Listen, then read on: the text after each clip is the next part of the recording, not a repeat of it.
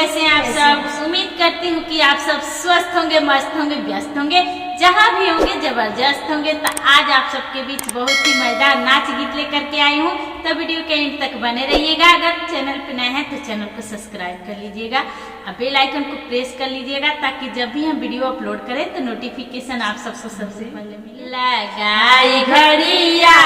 गलिया घूमे ना देबो, लगाई घड़िया गलिया घूमे ना देबो, हमरा ससुर जी के बाग बगीचा,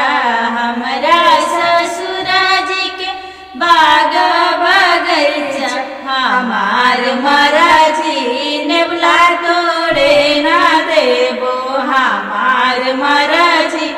नेवला तोड़े ना देबो, लगाई घड़िया गलिया घूमे ना देबो, लगाई घड़िया गलिया घूमे ना देबो, हमरा ससुर जी के गहराई नारा, हमरा ससुर जी के गहराई नारा, हमार मराजी घड़ा भरे ना देबो, हमार मराजी घड़ा भरे ना देबो, लगाई घड़िया गलिया घूमे ना देबो, लगाई घड़िया गलिया घूमे ना देबो, हमरा ससुर जी के महला दू महला,